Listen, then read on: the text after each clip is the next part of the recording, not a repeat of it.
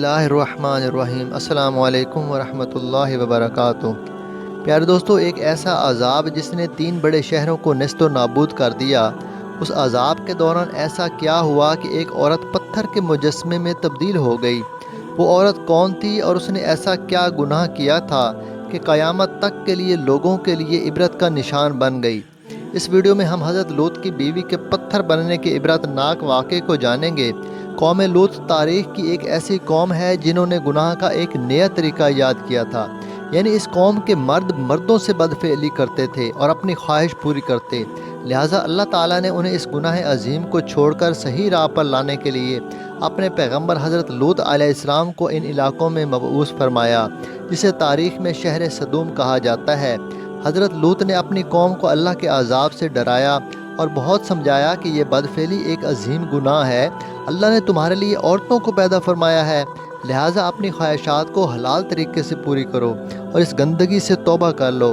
لیکن ان کی قوم نے حضرت لوط کی دعوت کو ٹھکرا دیا اور یہ کہہ کر دیا کہ اگر تمہارا رب ہم پر عذاب لانے والا ہے تو ہم تیار ہیں، تم اپنے رب سے عذاب کا مطالبہ کرو۔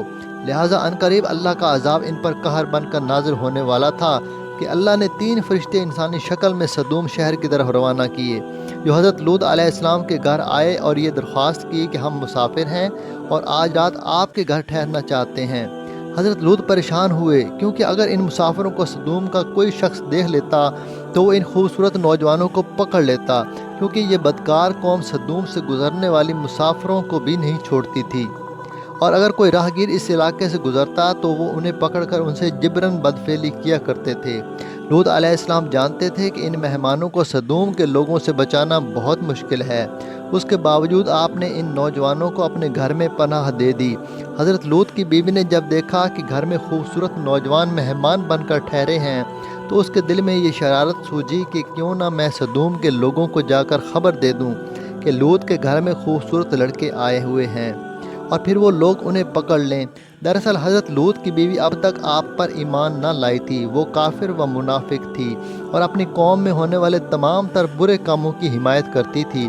امام قرطبی کے مطابق لوط علیہ السلام کی بیوی کا نام وائلہ تھا، وہ خود ایک معزز خاندان سے تعلق رکھنے والی عورت تھی۔ انجیل مقدس کے باب پیدائش میں حضرت لوط کی بیوی کا ذکر موجود ہے، لیکن وہاں اس کا نام موجود نہیں، جبکہ یہودی لٹریچر میں اس کا نام اڈوب یا اڈا لکھا گیا ہے۔ لہٰذا جب وائلہ کو یہ علم ہوا کہ یہ خوبصورت نوجوان آج رات ہمارے گھر مہمان ٹھہرنے والے ہیں تو وہ فوراً صدوم کے شریر ترین لوگوں کے پاس گئی اور کہا کہ تم لوگ یہاں کیا کر رہے ہو؟ 3 خوبصورت نوجوان لڑکے میرے شوہر لوط کے یہاں مہمان بن کر ٹھہرے ہیں، وہ آج رات میرے گھر میں ہی رہیں گے، وہ بہت خوبصورت اور پرکشش چہرے والے لڑکے ہیں، تم لوگوں کو یقیناً انہیں جا کر دیکھنا چاہیے۔ یہ سننا تھا کہ ان شریر لوگوں پر شیطان سوار ہو گیا اور وہ دوڑتے ہوئے حضرت لوط کے گھر کی طرف بھاگنے لگے۔ کچھ دیر بعد حضرت لوط کے گھر کے باہر ایک جمع غفیر لگا تھا، لوگوں نے ان کے گھر کو گھیر رکھا تھا اور ان لڑکوں کے ساتھ بدفعلی کے ارادے سے دیوار پر چڑھنے لگے تھے۔ کچھ لوگ دروازے توڑنے کی کوشش کر رہے تھے۔ وہ نوجوان لڑکے جو دراصل مقدس فرشتے جبرائیل، اسرافیل اور میکائیل علیہ السلام تھے، انہوں نے حضرت لوط سے کہا کہ آپ فکر نہ کریں، ہم اللہ کی طرف سے بھیجے ہوئے فرشتے ہیں، ان بدکاروں پر جلد ہی عذاب آنے والا ہے، آپ اپنے اہل و عیال کو لے کر اس بستی سے نکل جائیں، رات ختم ہونے سے قبل آپ کو ان بستیوں سے نکلنا ہوگا، اور نکلتے وقت کوئی شخص بھی پیچھے مڑ کر نہ دیکھے ورنہ وہ بھی عذاب میں گرفتار ہو جائے گا۔ لہٰذا حضرت لوط علیہ السلام نے ایسا ہی کیا، آپ نے اپنی 2 بیٹیوں اور بی بی وائلہ کو ساتھ لیا اور بستی سے نکل گئے۔